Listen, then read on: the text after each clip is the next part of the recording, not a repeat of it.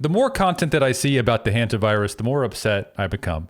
And I didn't feel this way about COVID whenever that originally happened. Seeing footage from China where people were locked in their houses and you saw government workers in hazmat suits, and it made me concerned, but I had a little bit of empathy, and I felt bad for the people that were in China because it seemed like it was a bad problem. And then as it spread, it felt like to me that this was just a horrible thing that happened. And then when it came to America and how it affected us here, that's just what we're going to have to deal with, and we'll get through it. The hantavirus, I feel completely different, and I'm just kind of pissed off as I see video footage of people getting coffee in their quarantine, and they're laughing and smiling, and we're social media influencers who also happen to be carrying a deadly disease.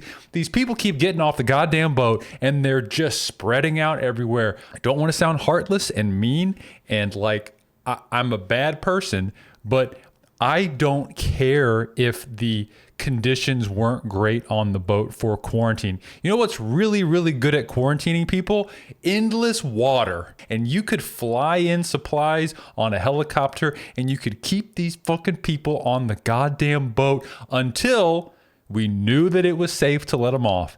And that's not what's happening. It just seems like such a black and white situation to where you would keep sick people in a place that's confined away from society. And then whenever they aren't sick anymore, you let them back on land. But we're just like, I don't know. It's like you have a bunch of kids outside, little kids that were playing in your backyard, and they were playing with the water hose in the mud, and they're covered in mud. The one rule you have in your house is, hey, don't get that shit inside, okay? Make sure you use the outside shower and clean yourself off before you come inside and take a real shower. And somebody at your house is just letting kids in the back door, and they're smearing dirt and mud all over the wall. And you're like, well, how did this happen?